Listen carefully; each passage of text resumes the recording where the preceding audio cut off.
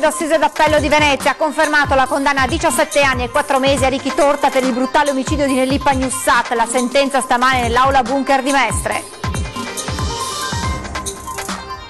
La piazzetta della Vergogna di quartiere Pertini tra pochi mesi tornerà nuova. L'assessore ai lavori pubblici Zaccariotto conferma al comitato le finalità dello stanziamento di 120.000 euro destinato a questo scopo. I carabinieri hanno individuato l'autore di danneggiamenti, minacce, incendi ai danni dei residenti di una palazzina a Marghera. Si tratta di un condomino incastrato dalle telecamere. A Jesolo si scaldano gli animi tra albergatori e amministrazione comunale. Al centro del contendere ancora una volta gli aumenti della tassa di soggiorno. Inaccettabile, non c'è alcuna progettualità, dice l'AIA. La Regione Veneto finanzierà la realizzazione di presepi nelle scuole di ogni ordine e grado. La mozione presentata dai consiglieri di centrodestra Veneto e approvata a larga maggioranza sarà effettiva da Natale 2018. Esami e visite specialistiche in donne e residenti in difficoltà economica. Musile di Piave parte il progetto La salute prima di tutto, un regalo di Natale alle famiglie, spiega il sindaco Susanna. Sport, basket, dopo l'infortunio muscolare a Jenkins dell'Umana Reyer arrivano i rinforzi da Avellino a Venezia, il forte play statunitense Marcus Green. Buonasera e ben ritrovati con l'edizione veneziana dei telegiornali di Antenna 3, l'avete sentito anche dai titoli. In aula bunker a Mestre oggi la sentenza della Corte d'Assise d'Appello di Venezia che ha confermato la condanna a 17 anni e 4 mesi nei confronti di Riccardo Torta per l'efferato omicidio, lo ricorderete, della vicina di casa di Torta, Nelly Pagnussat. Nessuno sconto di pena, oltre a quello già garantito dal rito abbreviato a Riccardo Ricky Torta. L'omicida di Nelly Pagnussat, la Corte d'Assise d'Appello di Venezia ha confermato la condanna in primo grado di 17 anni e 4 mesi e successivi 3 anni in una struttura psichiatrica per avere cagionato la fine orribile dell'anziana. La sentenza è arrivata stamani nell'aula bunker di Mestre e rigetta in toto le motivazioni contenute nel ricorso presentato dai difensori Giorgio Bortolotto e Antonio Bortoluzzi, che ne avevano chiesto la soluzione per totale incapacità di intendere e di volere e assenza di premeditazione. L'efferato omicidio la sera del 15 gennaio dello scorso anno. Ricky Torta, già colpevole dell'assassinio di un finanziere nei primi anni 70, uccise a martellate la sua vicina di casa e poi con una sega elettrica ne martoriò il corpo. Scenario dell'orrore via Caveniera a Mestre. Dopo il brutale omicidio Torta si asserragliò in casa per arrendersi solo al termine di una lunga trattativa. Ed ora parliamo del quartiere Pertini, di quella che è stata definita la piazzetta della vergogna. Ebbene, tra pochi mesi tornerà come nuova. L'assessore ai lavori pubblici Zaccariotto infatti ha confermato al Comitato dei cittadini le finalità dello stanziamento di 120.000 euro completamente destinato a questo obiettivo, quello di rimettere a nuovo la piazzetta. La piazzetta di quartiere Pertini, denominata dai residenti della vergogna per le sue pessime condizioni, tra pochi mesi tornerà nuova. È l'esito dell'incontro tra l'assessore comunale ai lavori pubblici Zaccariotto, il direttore del settore lavori pubblici e i rappresentanti del comitato Rione Pertini, che da mesi si battono per farla tornare nuova effettuando loro stessi interventi. Tempo fa il comune aveva stanziato 120.000 euro, che secondo i residenti non erano sufficienti per tutti gli interventi necessari, ma l'assessore ha chiarito. La Zaccariotto si è impegnata a spenderli tutti per la piazzetta, quella che consideriamo della vergogna. Si è accorta pure lei che necessita dell'intervento urgente. Lì verrà fatto un primo step. Sarà tolta la pavimentazione poco sicura che ha fatto cadere molti anziani e rifatto il manto sottostante. Contestualmente alla sistemazione del verde si potenzierà l'illuminazione pubblica e l'attuale fontana, più e più volte ripulita dai residenti, diventerà una fioriera. Poi si partirà con altri interventi per rivitalizzare la zona. Bisognerà recuperare altre forze, quindi altro denaro fresco, per completare quello che manca della piazzetta. Vogliamo procedere per gradi, ha commentato Zaccariotto, un po' come fa qualsiasi buon padre di famiglia che deve amministrare risorse scarse. Siamo moderatamente soddisfatti, noi avremmo voluto tutto e subito, come è logico aspettarci. Diciamo che i residenti porteranno pazienza ancora un po'. Diffusi dalla Giunta Comunale di Venezia i dati sul controllo di vicinato, un fenomeno in continuo incremento i cui effetti sarebbero decisivi nel tenere sotto controllo la criminalità. Il tema del controllo di vicinato è un tema importante, il tema della sicurezza lo è sentito da tutti i nostri concittadini e non è un caso che il sindaco Brugnaro abbia potenziato i nostri vigili in questi ultimi mesi. Sono attualmente 71 i gruppi di controllo del vicinato attivi sul territorio del Comune di Venezia, per un totale di oltre 2000 cittadini impegnati nella segnalazione di potenziali minacce alle forze dell'ordine. Un servizio sempre più fondamentale, assicura l'assessore comunale alla sicurezza Giorgio Deste. Non sempre ci si rende conto di come una segnalazione sia sufficiente per avviare un'operazione di polizia. I risultati parlano da soli, con centinaia di famiglie che hanno aderito al controllo del vicinato, un'esperienza bellissima, importante, che molti comuni ci stanno invidiando e devo dire anche copiando. È anche grazie a questi cittadini che la media dei sequestri di droga da parte della polizia locale ha raggiunto nel Comune di Venezia i 2 etti al giorno. Siamo partiti da zero, senza turni serali e notturni per i vigili e una media anagrafica del corpo superiore ai 50 anni, ricorda ancora Deste. Non vi era neppure la consapevolezza che le funzioni del corpo andassero oltre il fare le multe. Ora abbiamo nuovi agenti più giovani, armati e addestrati. Paura per un anziano aggredito e rapinato in Campo Bandiera e Moro a Venezia. Gli hanno puntato una pila contro, poi l'hanno spinto a terra approfittando dell'età avanzata. Vittima della vicenda Virgilio Boccardi, 89enne, scrittore ed ex caporedattore RAI, che si trovava in Campo Bandiera e Moro verso le 20 di martedì sera a Venezia. I ladri, col volto coperto da un cappuccio, sono fuggiti dopo avergli rubato il portafoglio nella tasca del cappotto. Con ogni probabilità l'uomo è stato seguito da uno dei 2 rapinatori, ricevendo manforte da un complice. Ad una prima richiesta di denaro l'89enne ha dato ai malviventi alcune monete che ha raccattato in casa, un gesto sufficiente a far scattare l'ira dei 2 che l'hanno scaraventato a terra e poi se la sono data a gambe levate con la refurtiva. Lui ha urlato a gran voce, attirando l'attenzione di un passante che si stava avvicinando dall'altra parte del campo. A quel punto i ladri non hanno potuto far altro che dileguarsi per le calli.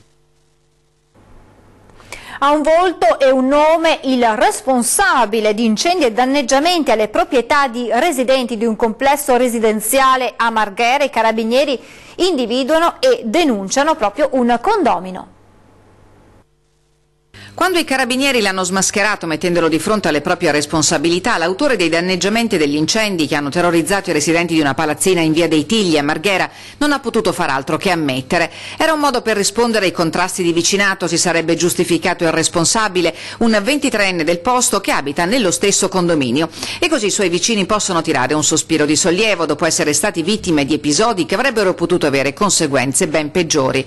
Il giovane lo scorso ottobre aveva iniziato a vendicarsi sporcando con la polvere degli estintori effetti personali e porte di casa e garage. Poi era passato alle maniere più forti, cioè con tentativi di incendio appiccati con ritagli di giornale, poi con veri e propri inneschi professionali, tela arrotolata e imbevuta di liquido infiammabile ritrovata appena in tempo nei garage. Episodi molto inquietanti che facevano il pari con il ritrovamento di cartelli con scritte minacciose composte con ritagli di giornale. I condomini si erano rivolti ai carabinieri che hanno attivato le indagini. Fondamentale per la soluzione del mistero l'acquisizione di alcune telecamere che hanno ripreso il giovane mentre tentava di accendere proprio una tela imbevuta di liquido infiammabile. Gli inquirenti hanno deciso perciò di perquisire l'appartamento del 23enne, all'interno del quale sono stati trovati 2 estintori condominiali parzialmente usati e spariti da settimane e gli inneschi utilizzati per gli incendi. Il giovane è stato denunciato a piede libero per danneggiamento, minacce e incendio. I carabinieri di Pordenone hanno individuato il pirata della strada che lunedì sera aveva investito e ucciso Andrea Stefanuto, 63 anni, di Gruaro. La vittima stava rincasato dal lavoro in sella alla sua bicicletta quando era stato colpito da dietro da un mezzo, il cui conducente dopo l'impatto era fuggito senza prestare soccorso. Le immagini delle telecamere di videosorveglianza comunale hanno consentito di identificare il responsabile. Si tratta di un 50enne di Pramaggiore. Voltiamo pagina. A Jesolo si scaldano gli animi tra albergatori da una parte e amministrazione comunale dall'altra. Al centro gli aumenti della tassa di soggiorno.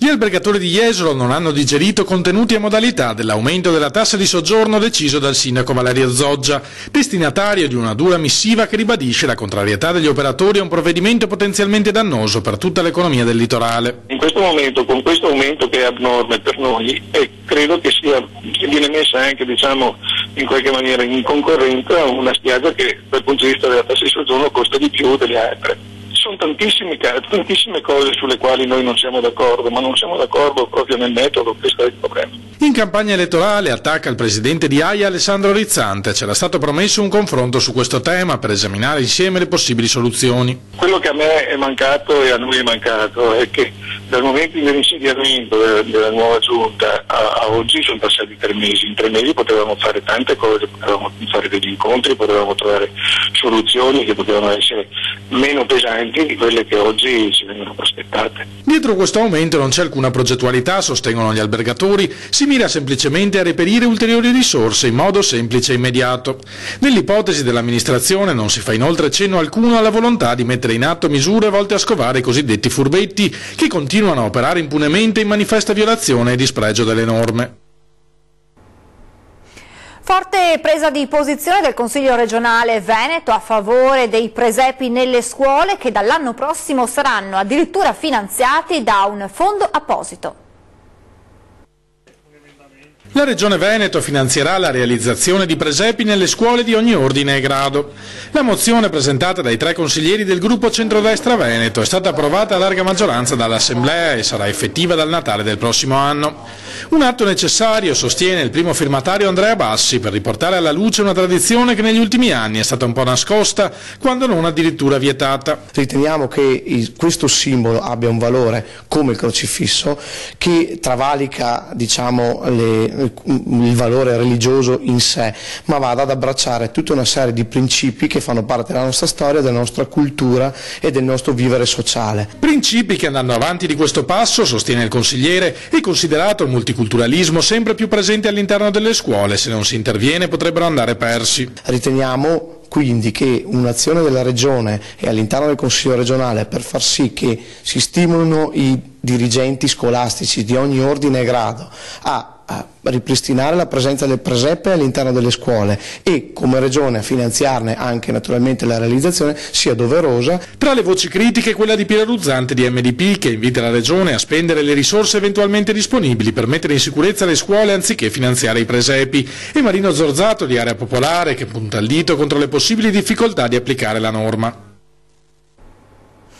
Esami e visite specialistiche in dono ai cittadini in difficoltà economica. A Musile di Piave parte il progetto La Salute prima di tutto, un regalo di Natale alle famiglie e un'attenzione particolare ai bambini per le visite oculistiche, spiega il sindaco Silvia Susanna. Esami medici gratuiti in cliniche convenzionate ai cittadini in difficoltà economica, visita oculistica completa per tutti i bambini che nel 2018 compieranno 6 anni e la possibilità di donare in maniera del tutto anonima un check-up sanitario a un parente o un amico stretto. Sono questi i pilastri su cui si basa l'innovativo progetto La Salute prima di tutto, ideato dall'amministrazione comunale di Musile di Piave in collaborazione con la Banca della Salute. A volte si tralascia di fare degli esami anche importanti, di check-up o comunque di controllo, perché le famiglie hanno anche altre priorità, per cui la salute, cioè gli esami di routine, vengono trascurati e si tende a farli quando c'è un problema. Mentre sappiamo che la prevenzione è importantissima. Il progetto si articola in 3 punti. Il primo riguarda i residenti in difficoltà economica che, dopo essersi rivolti ai servizi sociali, possono usufruire di visite gratuite in cliniche convenzionate anche per svolgere esami che comporterebbero ritardi per liste d'attesa, come ad esempio una risonanza magnetica. Il secondo punto del progetto è quello relativo alla donazione di una visita o di un esame seguendo il principio del caffè pagato, tramite il versamento al comune di una quota da destinare a un conoscente o un parente, anche in maniera anonima.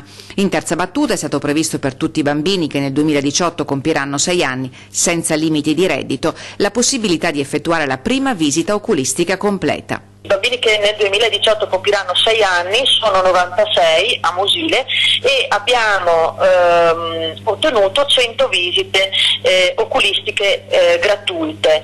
I bambini, quindi i genitori dei bambini evidentemente chiederanno questa visita, gli uffici si arrangeranno a prendere l'appuntamento. Le visite eccedenti saranno messe a disposizione della cittadinanza che ne farà richiesta agli uffici servizi sociali, un progetto pilota rivolto a promuovere il valore della solidarietà che è principio fondamentale di una comunità.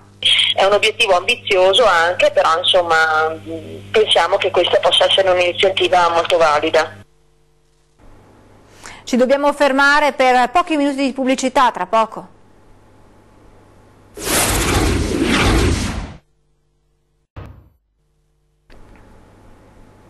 Rieccoci in diretta con le notizie da Venezia e provincia. Il teatro apre le porte ai giovani veneziani con un costo ridotto. L'idea arriva dall'assessore Venturini per coinvolgere i ragazzi del territorio. Una poltrona per 2,5. E non è il titolo di un film, ma del progetto messo in campo dal comune per avvicinare i giovani al teatro. A Venezia i giovani residenti in tutta la città metropolitana, quindi in tutta la ex provincia di Venezia, ora città metropolitana, possono andare a teatro con soli 2,50 € in tutta la stagione di prosa e di danza del Teatro Toniolo. Una scelta dell'amministrazione che va incontro ai giovani con lo scopo di avvicinare i giovani al teatro. Col costo di uno spritz, anzi meno, un giovane può oggi beneficiare del cartellone del Toniolo, che è uno dei più ricchi e più belli di tutto quanto il territorio veneto. Una programmazione di tutto rispetto che ha già visto esaurire gli abbonamenti stagionali. I ragazzi che vogliono usufruire di questa promozione possono entrare nel sito www.arteven.it oppure... Basta che il giovane si rechi anche 30 minuti prima dello spettacolo con la tessera che si possono fare alla biglietteria del Toniolo o via internet, e sotto i 26 anni possono acquistare il biglietto sotto i 2,50 €. Un'idea che nasce per valorizzare i più giovani e la loro crescita personale e intellettuale. L'amministrazione sta fortemente investendo nei servizi per i giovani, per gli adolescenti e per i ragazzi nel territorio. Penso alla Sala Prove, penso a Villa Erizzo, penso alla Vezzi Junior, alla Bettini Junior. Quindi è un impegno costante e continuo di persone che si dedicano alle nuove generazioni. Siamo allo sport, basket all'Umana Reyer, arriva Green in sostituzione di Jenkins che dovrà stare fermo per un po' a causa di un infortunio. Sarà Marques Green, play statunitense di 1,65 m, il sostituto di Michael Jenkins, che dovrà saltare almeno un mese di gare per un problema muscolare contratto la scorsa settimana. L'atleta sarà a disposizione di coach De Raffaele con la possibilità di estendere il contratto per l'intera stagione. Il playmaker, nato a Filadelfia nell'82, ha disputato l'ultima stagione con la Sidigas Avellino, di cui era capitano, avendo giocato ben 6 campionati di Serie A con gli Irpini. In Italia ha vestito anche le maglie di Pesaro, Milano e Sassari. Detiene il record di tutti i tempi di assist in una gara di campionato, 16, e il primato assoluto di assist in una gara ufficiale in Italia, 20, ottenuto l'11 febbraio 2012 nella vittoria di Avellino contro Milano nei quarti di finale della Final 8 di Torino. Conosciuto ormai anche dai turisti internazionali che amano Venezia, il termine bacaro, con cui si intende la tradizionale osteria veneziana, è stato accolto nel vocabolario della lingua italiana Zingarelli, edito da Zanichelli, che compie 100 anni di storia. Il bacaro veneziano è solo l'ultimo esempio di parole venete entrate nel vocabolario nel corso degli anni. Infatti erano già entrate parole come ciaccolare, pearà o come tocio e ancora skei, solo per fare qualche esempio. Ed ora, per un gradito ritorno su Antenna 3, cedo subito la parola a Lele Marcassa.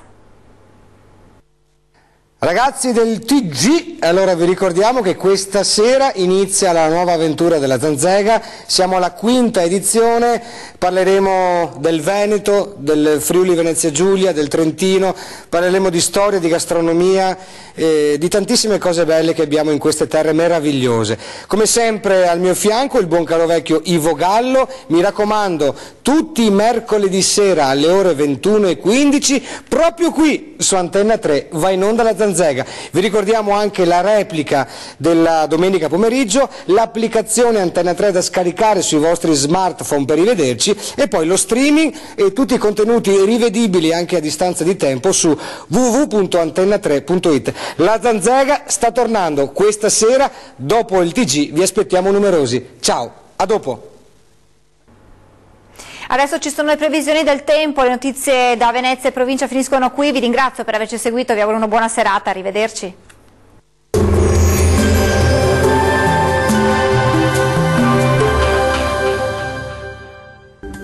Ben ritrovati al meteo di Antenna 3. Ultime piogge sulle nostre regioni, ma tempo in via di miglioramento. Vediamo il dettaglio.